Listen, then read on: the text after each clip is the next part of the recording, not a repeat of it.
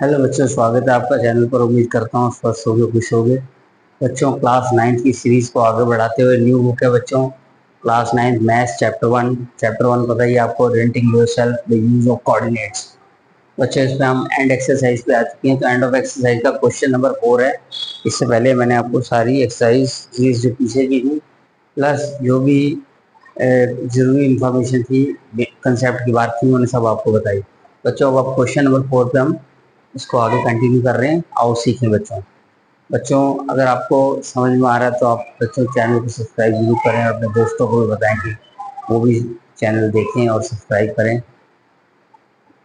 आओ बच्चों सीखें। प्लॉट करना है एक पॉइंट Z 5-6, इसको प्लॉट करना है on the Cartesian plane. Cartesian plane पे प्लॉट करेंगे इसको, और फिर हमने उसी पॉइंट को यूज करके एक राइट एंगल ट्रायंगल बनाना है जिसका नाम IZN हम रख देंगे, और फिर उनकी लेंथ भी निकालनी है तीनों साइड्स की ट्रायंगल की। तो आओ बच्चों सीखें इसमें। तो सबसे पहले हम बनाएंगे कार्टेशियन प्लेन।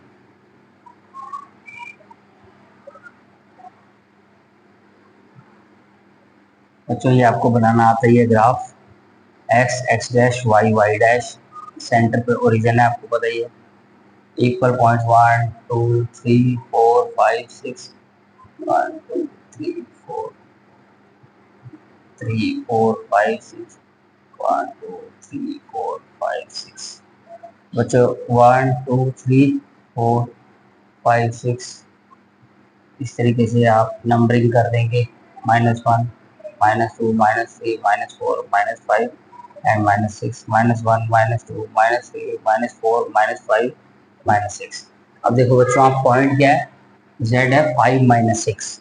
तो x का बच्चों 5 होता है और y का -6 होता है, ये तो आपको पता ही है। तो x में 5 कहाँ है, ये रहा। और -6 के लिए हमें कहाँ जाना पड़ेगा, नीचे की साइड, बिल्कुल नीचे यहाँ पर। देखो ये -6 मैच हो रहा है, तो ये हमारा Z पॉइंट हो गया 5-6। अब वो कह रहे हैं कि राइट एंगल ट्रायंगल बनाना है हमने इस पॉइंट का यूज करके, उसको IZN नाम दे देना है। Z तो दे दिया, I और N और बताना पड़ेगा। तो हम इसको राइट एंगल ट्रायंगल बनाने के लिए कुछ भी हम कर सकते हो बच्चों। मैं इसको यहाँ तक लेके जा रहा हूँ, 2 तक, ठीक है। और यहाँ से मैं इसको यहाँ तक -2 तक लेके जा रहा हूँ, ठीक है। तो यहाँ से 2 तक, अब इसको मिला देंगे। ये हमारा बन गया राइट एंगल ट्रायंगल।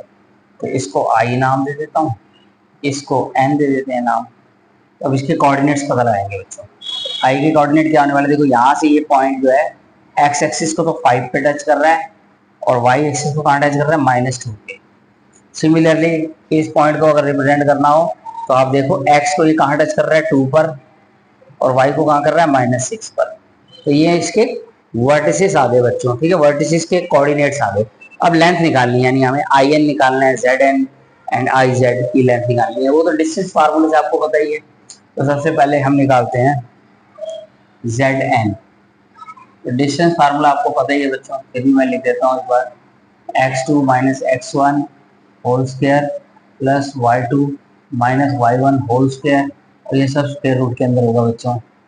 तो ZN, अब वैल्यू निकालते हैं बच्चों।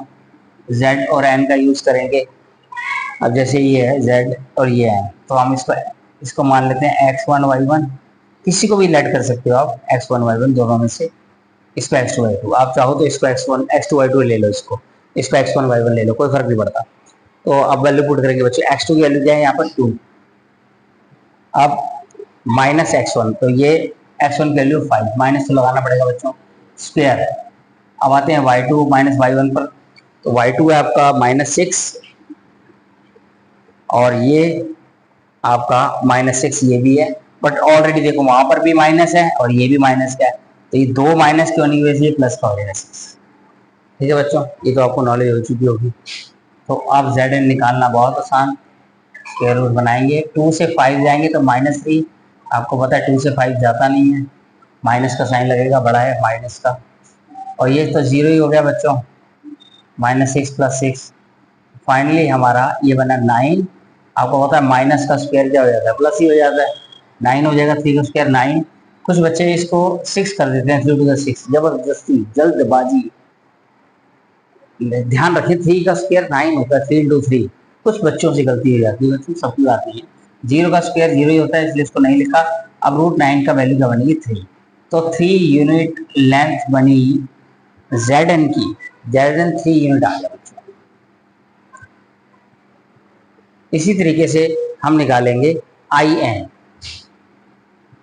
निकाल लेते हैं बच्चों, और फार्मूला तो वही रहेगा बच्चों, x2 - x1 square plus y2 - y1 square. तो आओ बच्चों इसे भी निकालें, लेकिन I और N है। देखो इसको हमने x2 y2 लेट कर रखा है, इसको x1 y1 मान लेते हैं और इसको अब हटा देते हैं, इसका कोई रोल नहीं है बस। तो अब देखो यहाँ पर x2 की वैल्यू है 2 और x1 की वैल्यू है 5 प्लस y2 की वैल्यू देखो -6 है और y1 की वैल्यू माइनस है, तो ये माइनस है और ये भी माइनस है, तो दो माइनस आगे इकट्ठे प्लस हो जाएगा, 2 पुट कर दो। ठीक है बच्चों, अब आगे देखेंगे। अब 2 में से -5 तो आपको पता है -3 बचेगा, और यहाँ -6 से 2 अभी भी माइनस वाला ही जीत जाएगा, बड़ा है वो नंबर, माइनस में आएगा, माइनस प्लस माइनस होता है आपको पता ही है। तो फाइनली हमारा जो बना वो क्या बना, -3 का स्क्वायर 9 पॉजिटिव हो जाएगा और 4 का स्क्वायर 16, अभी बना रूट में 25, और 25 किसका होता है 5, तो 5 यूनिट्स आ गया बच्चों डिस्टेंस किसकी, In की, तो ये 5 यूनिट हमने लिख दिया। ठीक है, अब इसी तरीके से IZ निकालना है, तो अब बच्चे इसको भी निकालते हैं IZ। तो फार्मूला तो आपको पता ही है, x2 - x1 square plus y2 - y1 square. आओ निकाले बच्चे इसको। अब देखो इसको हटा देता हूँ, इसको कर लेता हूँ अगेन x2 y2। ठीक है, तो बच्चों अब आपको पता है x2 कितना 5 और x1 भी 5 भी है, तो x2 भी 5 है x1 भी 5 है, दोनों पुट कर दी प्लस। अब y2 - y1 देखना, तो y2 -6 है बच्चों और ये माइनस का है और वो भी माइनस है, तो माइनस माइनस प्लस हो गया और 2 की वैल्यू डाल दी, 2 है ना बच्चों y1। तो इस तरीके से हमने देखा, इसका तो 0 हो गया और इसका क्या बनेगा -4 बनेगा बच्चों, माइनस प्लस माइनस होता है।